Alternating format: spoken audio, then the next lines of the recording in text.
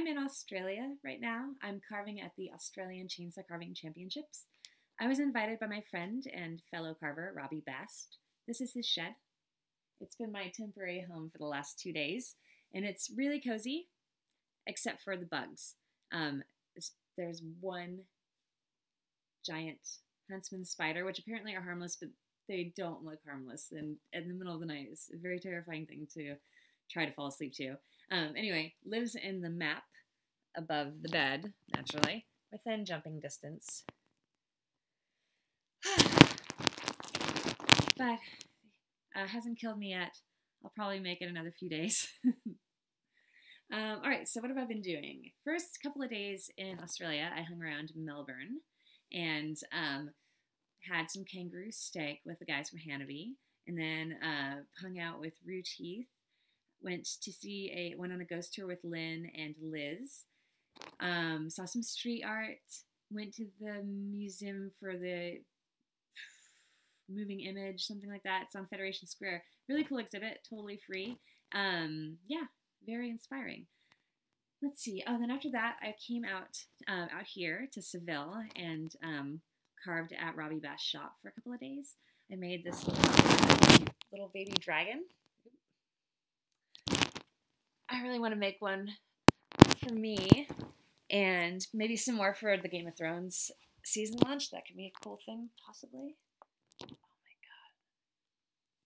god. All right, and then I made ow.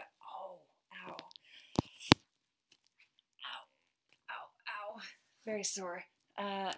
Moon Goddess wall hanging. Oh god, ow.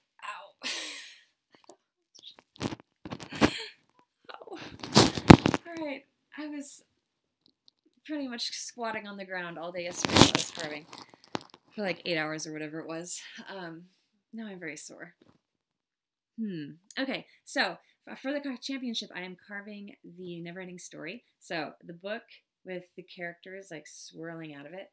I really love that movie. I saw it for the first time when I was 5 for my birthday, and then lately I've been reading the book to Millie. So it's the first time I've actually read the book, and it's similar. There's some differences. Mainly halfway through the book is where the movie ends, but it's only halfway through, and I don't know what's coming after me. I don't know if maybe it's what happens in the sequel or Neverending Story 2, which is not as good of a movie. Yeah, so, and it's on my brain, and I just love fantasy, and I figured I would do something fantasy related. Do I think I'm going to win? Probably not, considering it took me like 2 days to block it, and there's more than one carver that is like almost done. I know we have a couple of days left, but it's not looking good for me.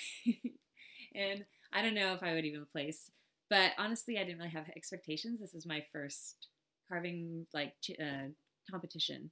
I've been to different carving events, but this is the first time I've competed. So I didn't really like want to have any like crazy expectations. I just wanted to come and like get the experience, and it has been a really good experience. Robbie and I the other day were on the radio, which is my first time doing that, and then yesterday, I along with some carvers, we were on the new the television news. So that's also kind of a new thing for me. And competition is new. So it's just been a really great experience full of like new sorts of challenges and I guess opportunities. And what else?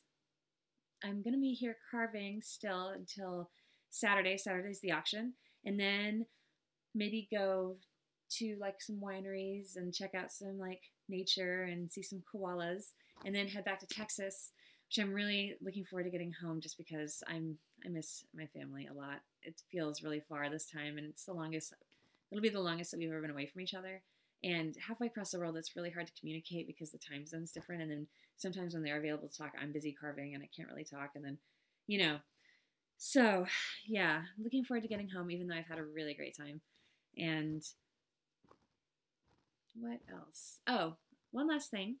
For those of you who would like a book recommendation, I just, on the plane here, listened to the audio version of Amanda Palmer's The Art of Asking, and I thought that was going to be like career self-help type stuff, because, it's sort of, I read a lot of that, but it was surprisingly personal and kind of just about what it means to be an artist. And I mean, we all kind of have patrons and that kind of thing, but I guess it's like getting over that fear that you don't really belong, you know, and that kind of stuff, you know, like I normally am pretty confident, but I have it pretty often too. Like I've come to these events with these really great carvers, and it's hard not to be a little intimidated, you know, and feel like, should I even be here? But you should be there, you know, like there's a reason that you end up where you are, and you just have to make the most of it. And we all get better and better. We have a lot to learn.